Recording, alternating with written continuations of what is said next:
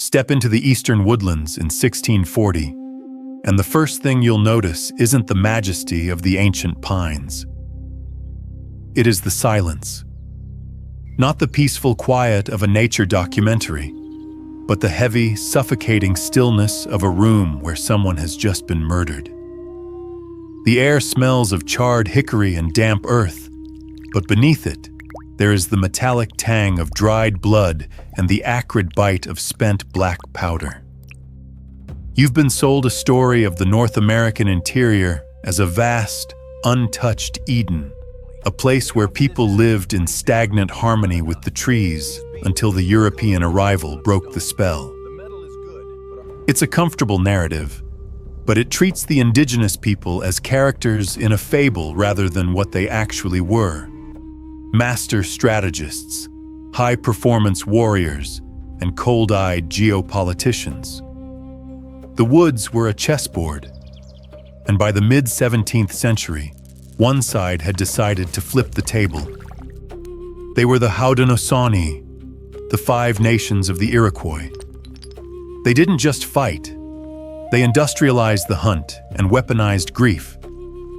They were an organic syndicate that realized, faster than anyone else, that in a world of global trade, you either become the monopoly or you become the waste. Today, we are looking at the Beaver Wars through the lens of a total war audit. We're stripping away the romanticism to see the raw, mechanical genius of the American Rome. An empire built on fur, lead, and the terrifying reclamation of human life. Long before the first Dutch trader stepped into the Hudson Valley, the Haudenosaunee had solved the most difficult problem of human organization. They had synchronized their violence. While other tribal groups operated as loose collections of villages, the Iroquois were a unified political machine. The Mohawk, Oneida, Onondaga, Cayuga, and Seneca operated under a single constitutional framework, the Great Law of Peace. But do not mistake peace for pacifism. This was a non-aggression pact between the 5 fingers, so they could strike together as a single devastating fist. By the 1630s, this fist was looking for a target. The catalyst was the Castor canadensis, the North American beaver. To the Europeans, the beaver pelt was a luxury commodity for the fashion houses of London and Paris. To the Iroquois, it was a strategic currency. They understood the new economic ledger immediately. Pelts were the only way to acquire the tools of modern survival. Metal kettles that could be melted into arrowheads. Now steel knives that didn't shatter like flint. And most importantly, the flintlock musket. While the French to the north tried to keep firearms out of the hands of their Huron allies, the Dutch at Fort Orange were happy to trade lead and powder for fur. The Iroquois saw the gap in the market. They realized that if they could control the flow of fur from the Great Lakes to the Atlantic, they would become the supreme power on the continent. But there was one problem. They had already hunted their own lands to exhaustion. The math was simple. To get the guns, they needed the pelts. To get the pelts, they had to take the hunting grounds of their neighbors. And to do that, they would have to erase every rival confederacy from the map. There is a visceral reality to Iroquois warfare that modern history often tries to bury because it is too dark for a textbook. It's called the Mourning War. In the 1630s and 40s, the Haudenosaunee weren't just losing men to the warpath, they were being liquidated by a microscopic enemy. Smallpox and measles, invisible stowaways on European ships, were tearing through the longhouses. In some Seneca villages, half the population vanished in a single season. This wasn't just a tragedy, it was a catastrophic failure of the labor force and the military framework. The Iroquois response wasn't to mourn with tears, they mourned with raids. When a clan matriarch lost a son or a daughter, she didn't just grieve, she demanded a requickening. She would present the warriors with a belt of wampum and a command: "Go into the woods and bring me back a replacement." The goal of the war shifted from territory to the literal reclamation of human capital. If you were a Huron or an Erie warrior captured by an Iroquois war party, your identity was about to be audited in the most brutal way imaginable. You would be marched back to their village, subjected to a ritual of sensory and physical torture designed to break your connection to your old life. If you survived, and if you showed the necessary resilience, you weren't killed. You were adopted. You were given the name of the deceased family member. You were given their clothes, their seat in the longhouse, and their responsibilities. You ceased to be a Huron. You became a Seneca. This was a demographic blitzkrieg. The Iroquois were physically absorbing their enemies, swallowing entire tribes to keep their own numbers from crashing. They didn't just defeat you, they consumed you until your lineage became theirs. By 1648, the Haudenosaunee had decided that the time for small-scale raids was over.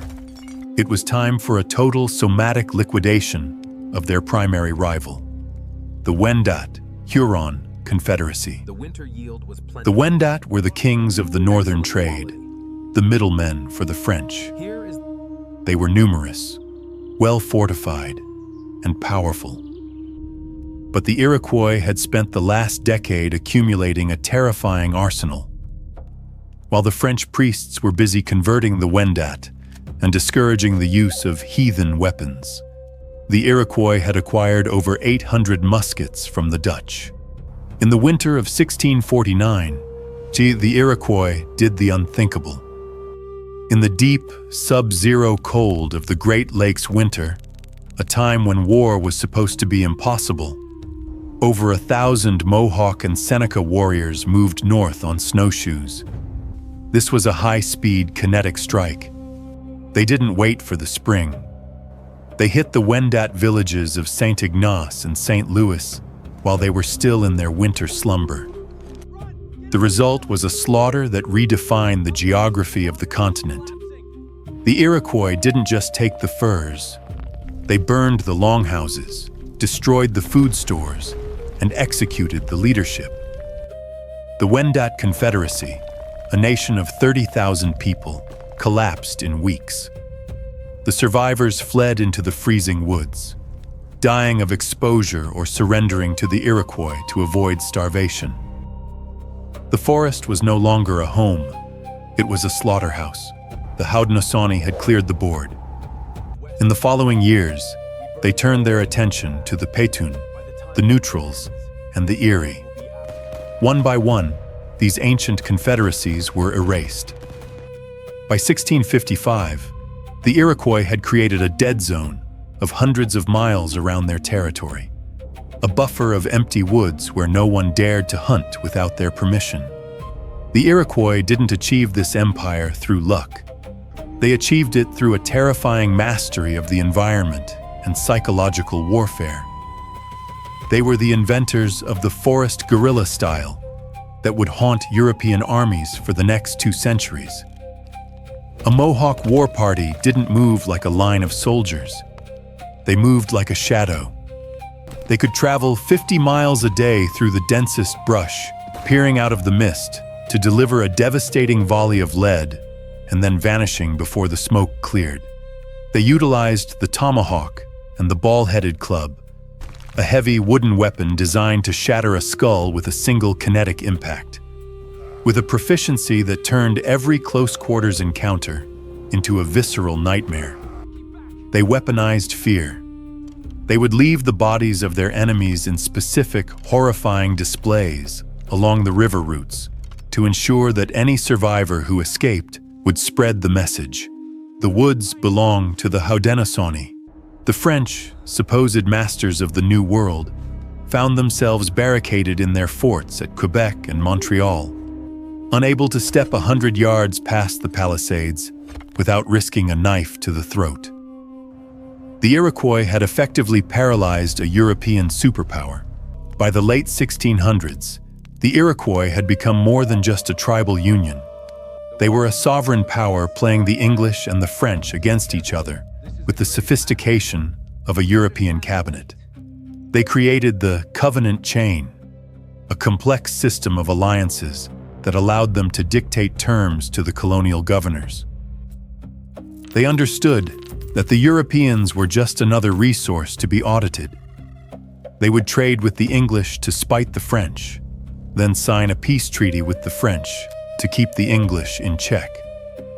They were the gatekeepers of the continent's interior. No one moved a pelt, a soldier, or a barrel of powder through the Eastern Woodlands without the consent of the Onondaga Council.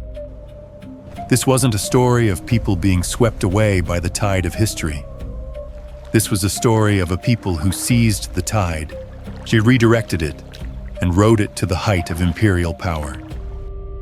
They had taken the technology of the invader, the gun, the steel, the trade, and used it to forge an empire that stretched from the Atlantic to the Mississippi and from the St. Lawrence to the Carolinas.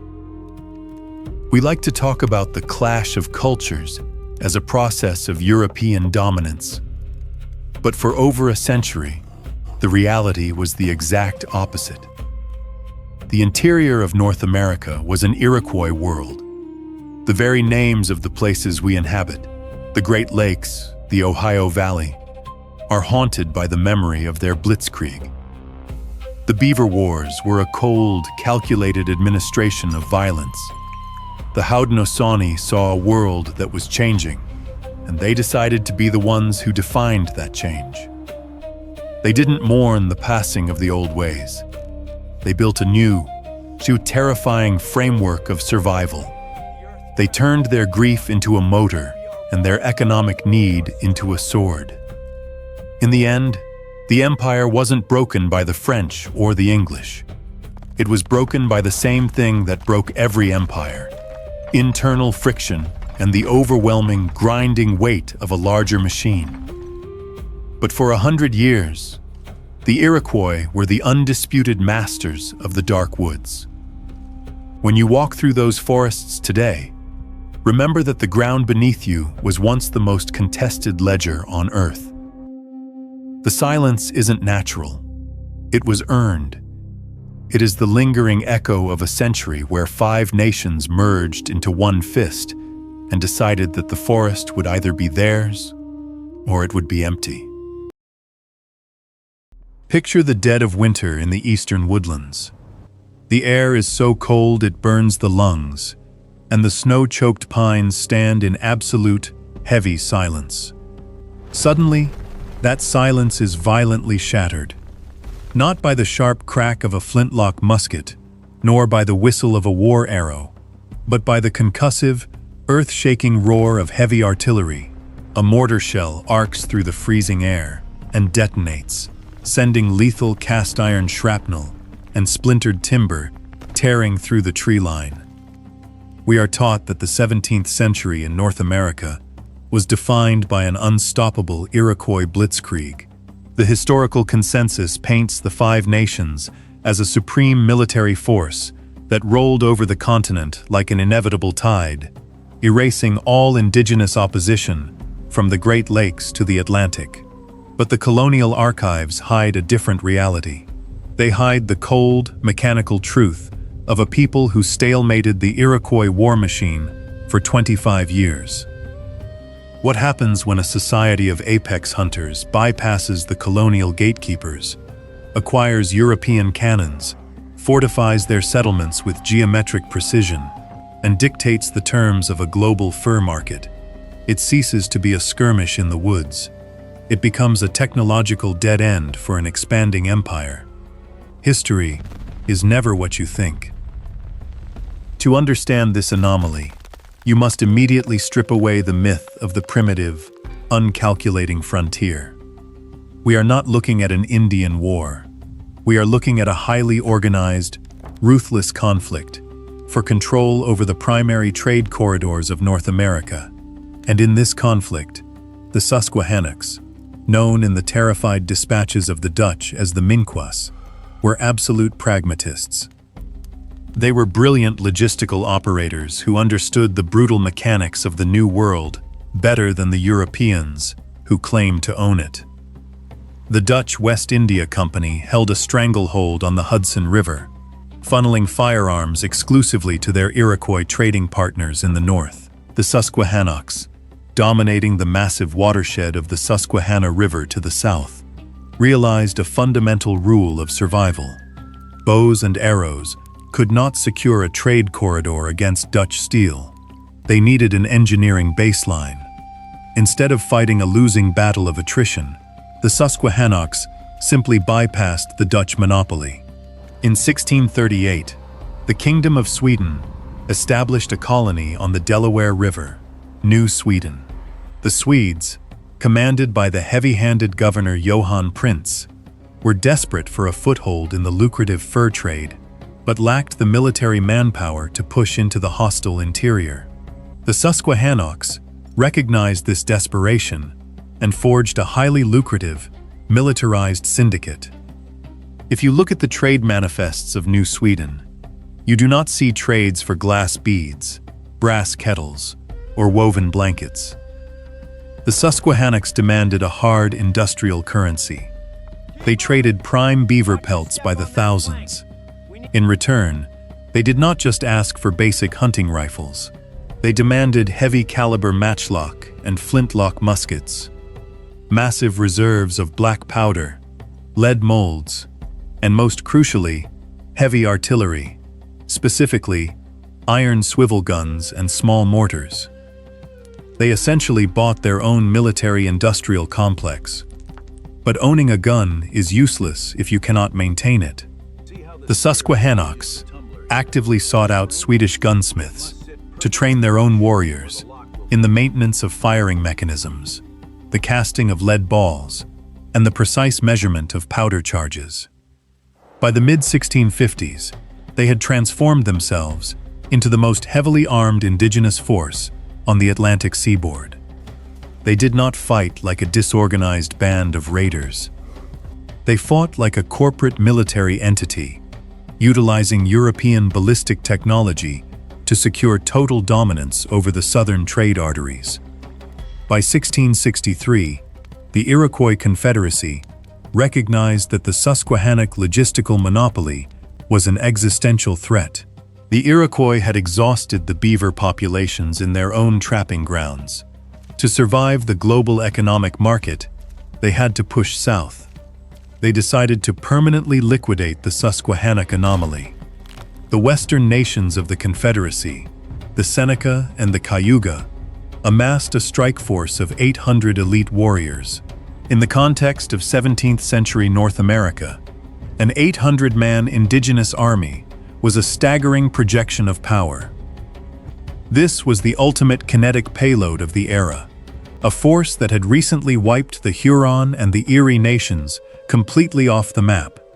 They marched south in the spring, expecting to easily overrun the Susquehannock towns with sheer numbers and aggressive shock tactics. But when the Iroquois vanguard arrived at the primary Susquehannock settlement on the western bank of the river, they did not find a traditional wooden palisade. They found a European-grade fortress. The Susquehannocks had not just bought Swedish guns, they had absorbed Swedish military engineering. They had constructed formidable, deeply entrenched defensive architecture. Historical surveys and colonial accounts describe a massive structure equipped with corner bastions. These bastions were the pinnacle of European siege engineering, protruding angles built into the walls that allowed the defenders to create overlapping fields of enfilading fire. Any Iroquois warrior attempting to rush the main wall would be caught in a deadly, mathematically precise crossfire from the flanks. Beyond the bastions, the Susquehannocks had dug deep, dry moats and raised heavy earthworks, backing the heavy wooden palisades with dirt, mud, and rubble to absorb incoming musket fire and prevent the walls from being burned. The Iroquois did not face a woodland skirmish. They were forced into a brutal, static siege. The Seneca and Cayuga attempted a mass infantry charge, carrying dry brush and torches to burn the gates. When they threw themselves against the walls, they were met with a horrific reality. The Susquehannocks did not just fire a volley of muskets. They unleashed coordinated artillery barrages. Iron swivel guns, mounted directly on the bastions, were loaded with grape shot. Tightly packed bags filled with heavy lead balls, nails, and jagged scrap iron. When fired at close range, a swivel gun does not kill a single man. It clears a geometric lane of human tissue. The artillery detonated, tearing through the massed Iroquois ranks with devastating kinetic force, shattering bones and severing limbs. The elite warriors of the Confederacy bled themselves dry, trying to breach earthworks designed to withstand professional European armies. The psychological shock was absolute. For the first time in their history of conquest, the Iroquois blitzkrieg was halted not by a superior number of men, but by superior industrial architecture and heavy ballistics. When the Iroquois offensive finally exhausted its momentum, breaking upon the walls like water against a stone, the Susquehannocks did not celebrate in the safety of their fort. Recognizing the shift in momentum, they opened the heavy timber gates and launched a devastating, highly disciplined counterattack. Armed with heavy war clubs and steel tomahawks, they fell upon the disorganized besiegers. The Iroquois force was completely routed, leaving their dead in the mud and fleeing north in a frantic, uncoordinated panic. The Susquehannocks were not defeated by the Iroquois. They were defeated by the cold reality of a global systemic failure. The conflict for the trade corridors of North America was entirely dependent on the distant, shifting geopolitics of European capitals. In 1664, the Anglo-Dutch Wars redrew the map of the continent. The English Navy seized New Netherland, and in the process, absorbed the territories of the Delaware River.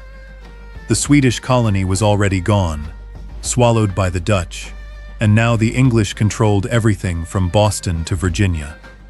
Instantly, the Susquehannocks' primary logistical artery was severed. The British implemented a strict, continent-wide colonial consolidation. The surrounding colonies of Maryland and Virginia, deeply fearful of a heavily armed, independent indigenous nation sitting on their borders, enacted aggressive embargoes. They cut off the sale of powder, lead, and replacement parts to the tribe. In the unforgiving mathematics of war, a cannon without black powder is nothing more than a cold, useless cylinder of iron. A musket with a broken mainspring is just a heavy wooden club. You cannot forge lead from river stones, and you cannot synthesize saltpeter from pine needles. The technological edge that had kept the Iroquois at bay evaporated almost overnight. Simultaneously, the true apex predator of the continent bypassed the moats and the bastions, variola major, smallpox. The disease was catastrophic. Unlike a kinetic battle, which primarily kills young men on the front lines, the virus performed a targeted eradication of the entire human infrastructure. It swept through the densely packed, fortified town, killing with horrific efficiency. Crucially, the virus wiped out the specialists. It killed the veteran gunsmiths, who knew how to repair a shattered flintlock. It killed the artillery operators, who understood the exact powder charges required for the swivel guns, without bursting the barrels. It destroyed the military engineers, who possessed the institutional knowledge to maintain the structural integrity of the bastions. The virus dismantled the mechanics of the fortress from the inside out. Without the specialists to operate the guns, without the powder to fire them, and without the diplomatic leverage to buy more, the geometric walls became a static, infected tomb.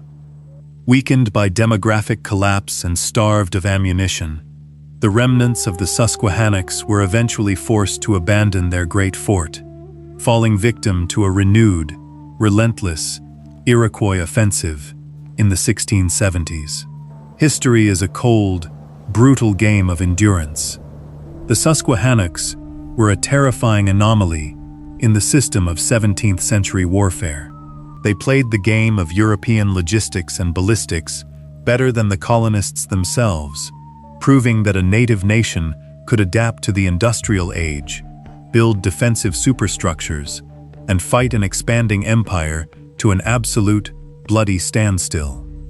But their ultimate erasure provides an unforgiving lesson in military reality.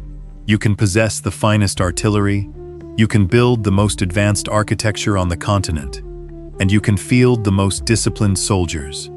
But if you do not control the manufacture of your own ammunition, you are operating on borrowed time. When the supply chain breaks, even the most impenetrable walls will eventually fall. The collapse of the Susquehannocks was the last true technological resistance before the British Empire fully clamped its iron grip over the eastern seaboard. The silence that followed their defeat was not the peace of a conquered land. It was the absolute silence of a rusted cannon sinking into the mud of an empty forest. The primeval forests of upstate New York were never meant for the boots of an empire. In the dead heat of July, the humidity does not just burn, it suffocates, settling into the deep woods like a wet, heavy shroud.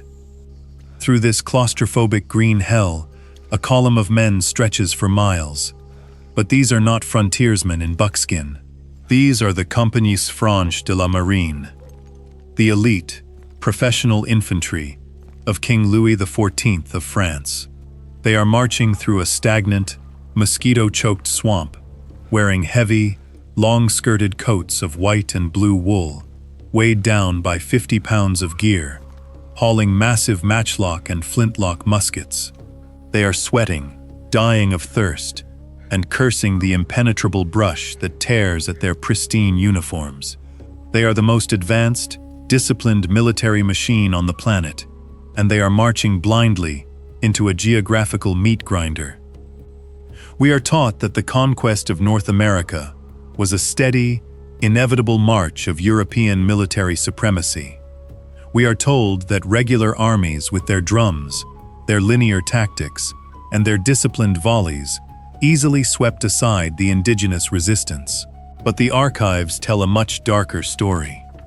They tell the story of the summer of 1687, when a European superpower tried to force a conventional war in a suffocating, swampy primeval wilderness, and sank into a terrifying labyrinth of asymmetric warfare that washed away their imperial arrogance in blood. History is never what you think. To understand the sheer scale of the disaster, you must understand the arrogance of the expedition. By 1687, the French colonial empire in North America was bleeding. The Iroquois Confederacy had repeatedly shattered French trade routes, hijacking the flow of beaver pelts and threatening to bankrupt the colony of New France. The Governor-General in Montreal, the Marquis de Denonville, decided that the era of fragile diplomacy was over. He would launch a punitive expedition so massive, so technologically overwhelming, that it would break the spine of the Iroquois once and for all. His target was the Seneca Nation. They were the keepers of the Western Door, the most numerous, aggressive, and strategically vital branch of the Iroquois Confederacy. Denonville did not assemble a raiding party. He assembled an armada. He gathered 800 French regular soldiers directly from Europe. He conscripted over 1,000 Canadian militia. He bullied, bribed, and persuaded hundreds of indigenous allies, Huron, Algonquin, and Christian Mohawks, to join the campaign.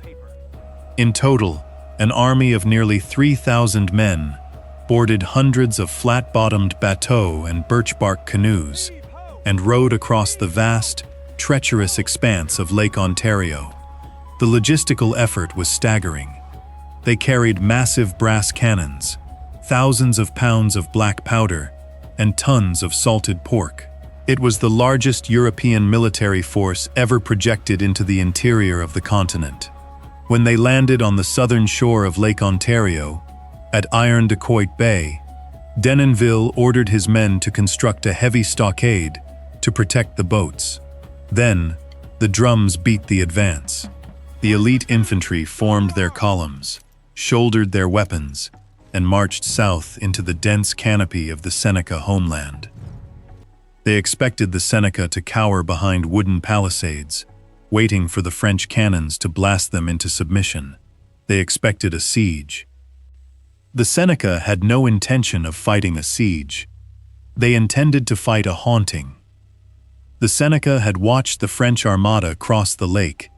They had tracked the massive, noisy, clumsy column from the moment it stepped off the boats. They knew exactly how many men Denonville had, how fast they were moving, and how exhausted they were becoming.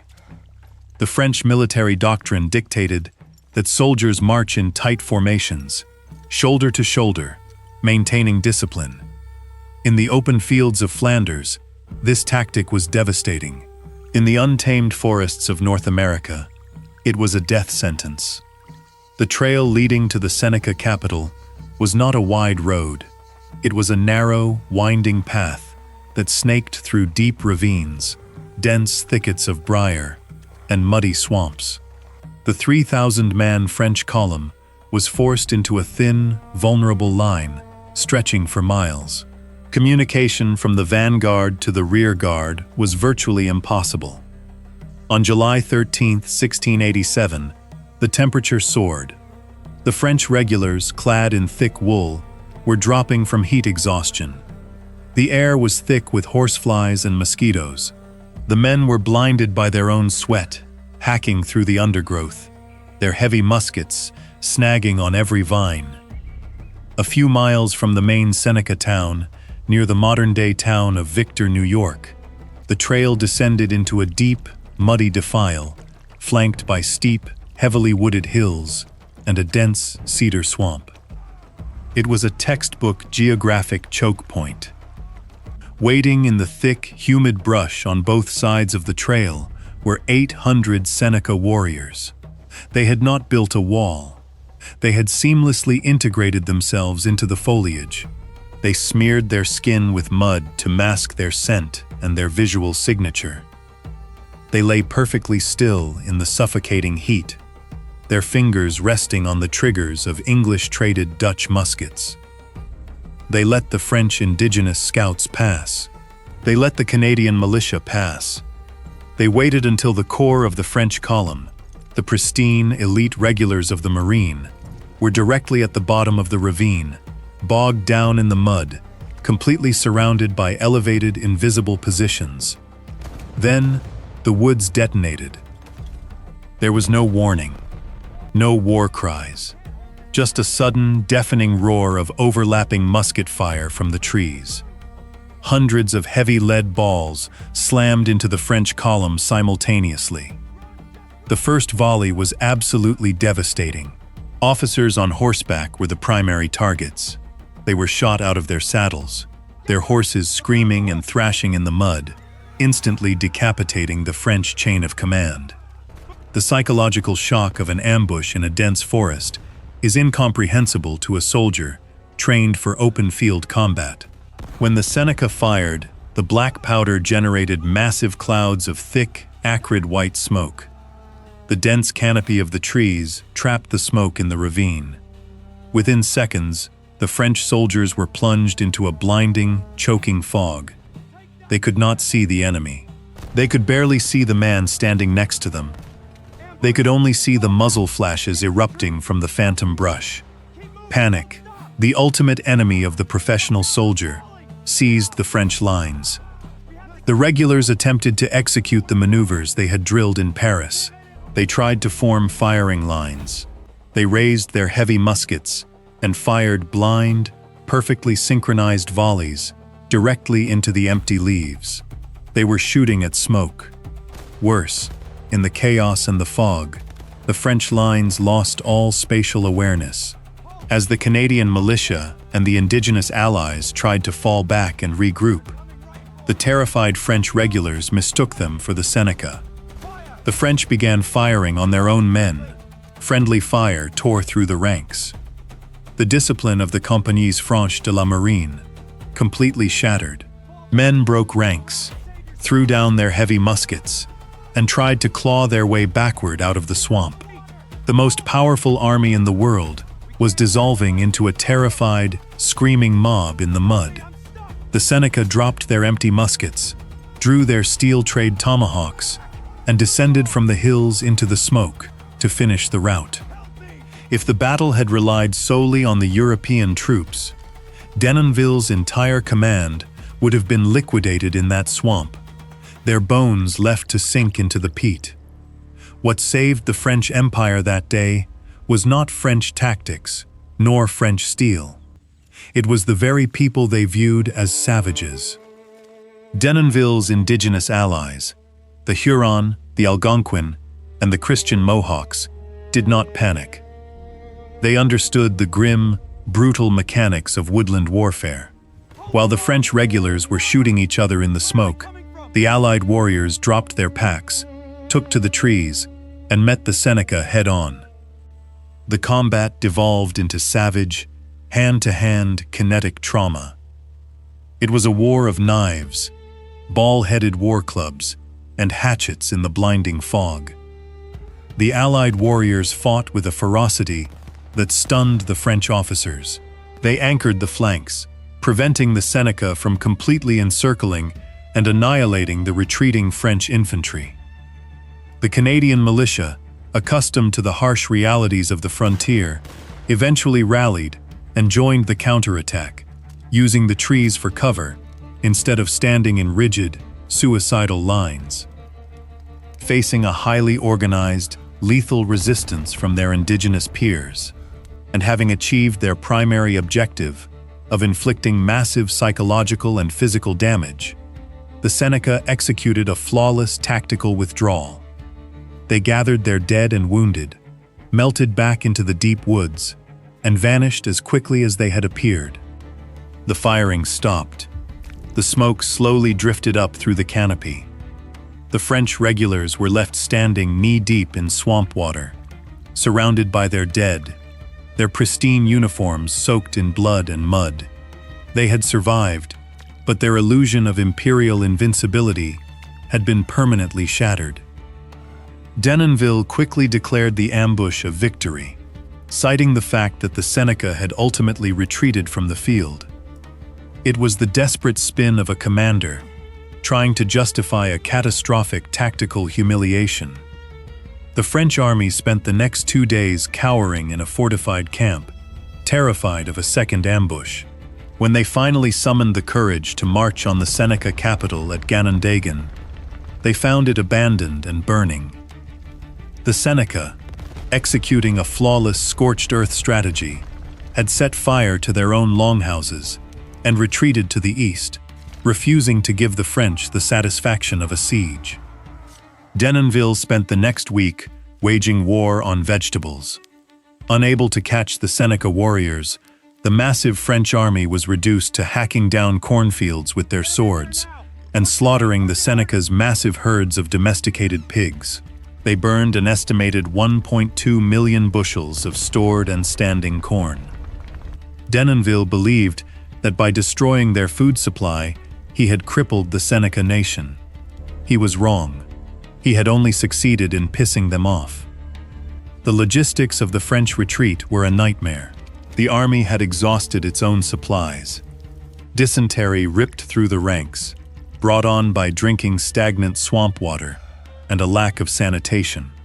The elite soldiers of France dragged themselves back to their boats, sick, starving, and psychologically broken, constantly looking over their shoulders at the dark tree line. The Denonville expedition of 1687 is a brutal masterclass in the limits of conventional power. You can possess the finest firearms, the most expensive uniforms, and the most rigorous military training on the European continent. But when you march into an environment that actively resists your presence, Your training becomes a liability. The French tried to fight a war of lines and geometry in a world of circles and shadows. The Seneca lost their corn, but they did not lose their capacity for violence. 2 years later, fueled by the rage of Denonville's invasion, the Iroquois Confederacy would bypass the French forts and launch the devastating Lachine massacre, burning the settlements right outside the gates of Montreal itself.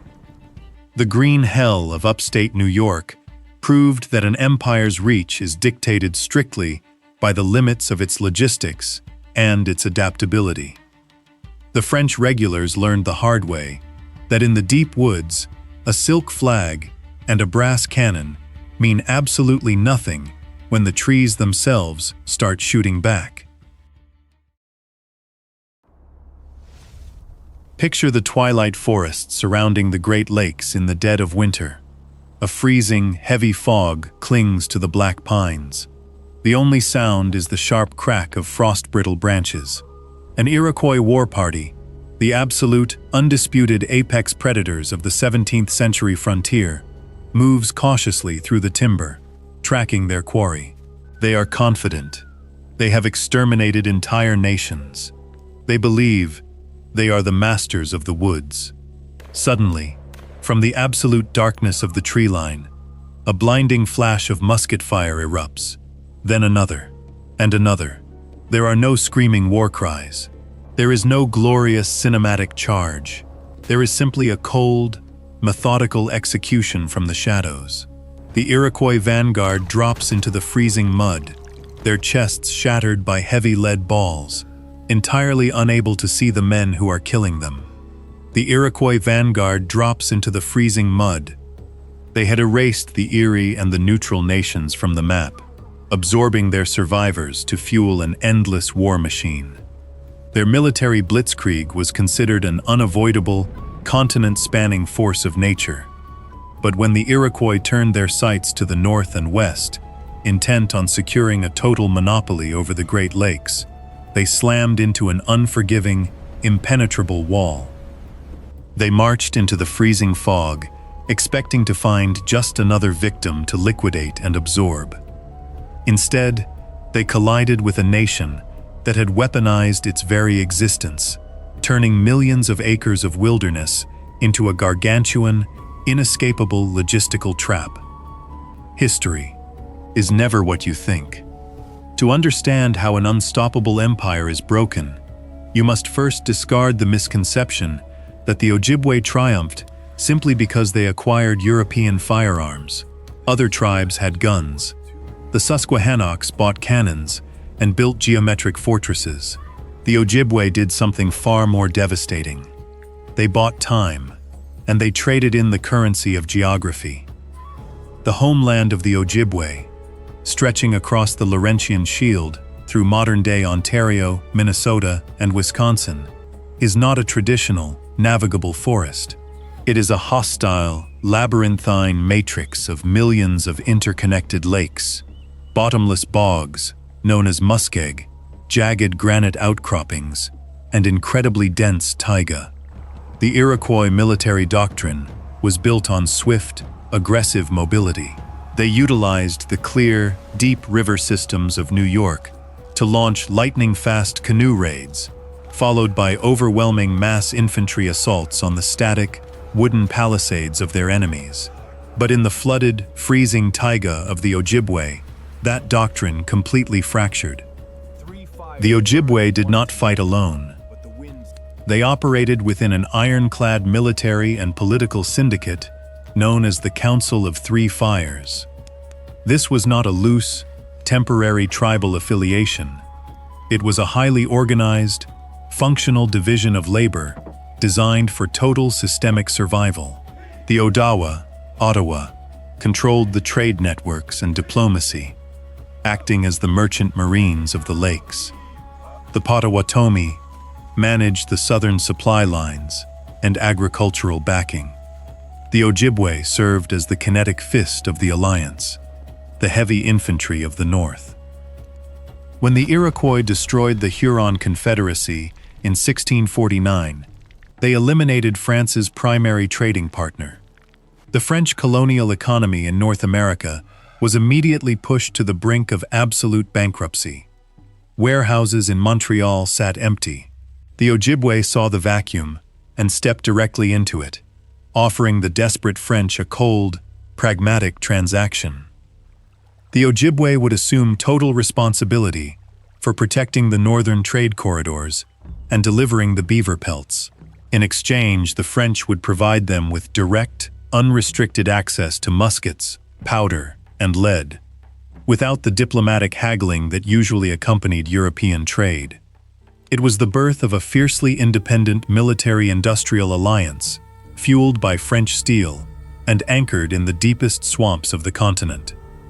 In the 1650s and 1660s, the Iroquois attempted to force the issue. They dispatched massive, heavily armed columns of 500 to 800 elite warriors deep into the Great Lakes region. In the mathematics of 17th century warfare, an 800-man column is a logistical nightmare. To keep 800 men fighting in freezing conditions, you need over 2 million calories a day. You cannot carry that much dried corn or pemmican on your back for 500 miles. An invading force must hunt and forage to survive. The Ojibwe understood this biological ledger perfectly. They refused to play by the rules of conventional warfare. They did not build large, static fortresses that the Iroquois could surround, besiege, and burn. Instead, they adopted a doctrine of dispersed, elastic defense. When an Iroquois column advanced, the Ojibwe simply dissolved into the taiga. They allowed the invading army to penetrate incredibly deep into their territory, marching for weeks through the biting cold and the insect-choked swamps. As the Iroquois advanced, the Ojibwe systematically severed their supply lines. They executed a scorched earth retreat. They burned the natural forage, drove the deer and moose out of the valleys, and sank any abandoned canoes to prevent the enemy from using them. Once the Iroquois columns were exhausted, starving, and entirely isolated hundreds of miles from their own borders, the Ojibwe struck. They did not fight pitched battles. They engaged in a merciless campaign of attrition, bleeding the crippled Iroquois detachments, piecemeal in the dark. The definitive blueprint of this strategy, and the psychological turning point of the war, occurred in the late summer of 1662, at the Battle of Point Iroquois. A massive Iroquois war party, composed primarily of Mohawk and Oneida veterans, had pushed aggressively into Lake Superior. Believing they had successfully infiltrated the heart of Ojibwe territory and were safe from pursuit, they established a large, arrogant camp on a prominent cape overlooking Whitefish Bay. They lit massive fires, celebrated their spoils, and prepared to strike the nearby Ojibwe settlements at Sault Ste. Marie. They did not know that Ojibwe scouts had been shadowing them for days, calculating their perimeter down to the yard. The Ojibwe did not attack immediately. They waited for the environmental conditions to guarantee absolute annihilation. They waited for the cover of night and a torrential, blinding rainstorm. The rain served a dual, lethal purpose. First, it completely masked the sound of hundreds of warriors moving through the dense brush. Second, and more importantly, it neutralized the Iroquois' greatest weapon. In 1662, firearms relied on exposed flint and a pan of loose black powder to ignite the charge. In a torrential downpour, the powder turns to a useless black sludge. A musket becomes nothing more than a 10-pound wooden club. Under the cover of the storm, the Ojibwe, allied with local Odawa and Nipissing warriors, silently encircled the camp. They did not bring muskets. They brought heavy, ball-headed war clubs and steel French trade axes. When the signal was given, the slaughter was absolute. The Ojibwe descended on the sleeping camp, smashing skulls and severing spines before the Iroquois could even draw their knives. The close-quarters kinetic trauma was devastating. Those few who managed to escape the tree line and run for the water found their canoes had already been destroyed by Ojibwe advance teams. They were cut down in the surf. It was a total, systematic liquidation of the Iroquois vanguard. Not a single warrior was allowed to return to New York to report the failure. The defeat was so complete, and the loss of veteran fighters so psychologically devastating to the Confederacy, that the geography itself was permanently marked. To this day, the location is named Point Iroquois, a geographic tombstone marking the exact limit of their empire. By the 1680s, the ruthless attrition had bled the Iroquois dry. The Ojibwe, now armed with thousands of French muskets and hardened by decades of total war, completely seized the initiative. They transitioned from a defensive posture to a massive, continental counteroffensive.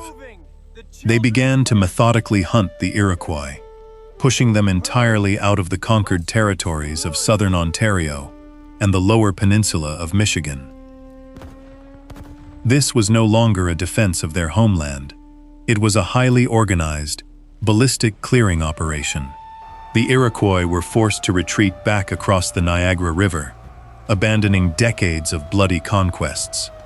But the ballistic superiority of the Ojibwe triggered a massive, violent geopolitical domino effect that forever altered the history of North America. As the Ojibwe rapidly expanded their hunting grounds and secured their borders with French firepower, they began to exert crushing pressure on their western neighbors, specifically the Dakota Sioux. Before the late 17th century, the Sioux were not the nomadic, horse-riding masters of the Great Plains. They were a woodland people, living in the deep, ancient forests of central Minnesota, hunting deer on foot and harvesting wild rice from canoes. It was the aggressive, heavily armed expansion of the Ojibwe that forcefully evicted the Sioux from the timberline. The Ojibwe's sheer ballistic advantage in the deep woods forced the Sioux to retreat westward, pushing them out of the forests and onto the open, unforgiving expanse of the Great Plains. Consider the staggering magnitude of this chain reaction. Without the Ojibwe's victory in the Beaver Wars, the Sioux would never have been forced onto the plains.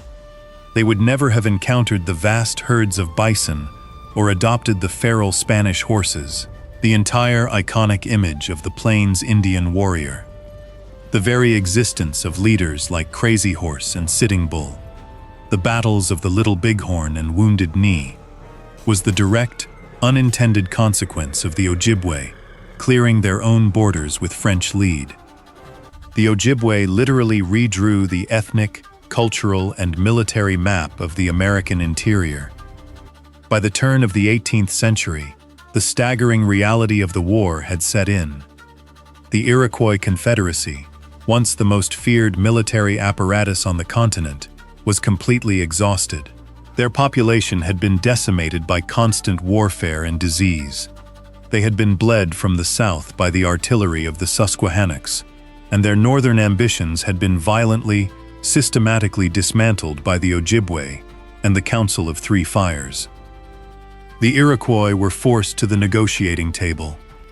In the summer of 1701, over 1,300 indigenous delegates from dozens of nations converged on the French colonial settlement of Montreal. It was the largest diplomatic gathering in the history of the continent. In the resulting Great Peace of Montreal, the Confederacy officially recognized their defeat in the Western Theater. They signed a treaty, committing to permanent neutrality, and legally abandoned all claims to the territories west of Detroit and north of Lake Ontario. The Ojibwe had not just defended their homes. They had forced a seemingly invincible empire to capitulate, securing their own status as the undisputed superpower of the Great Lakes. They effectively monopolized the largest freshwater system on the planet.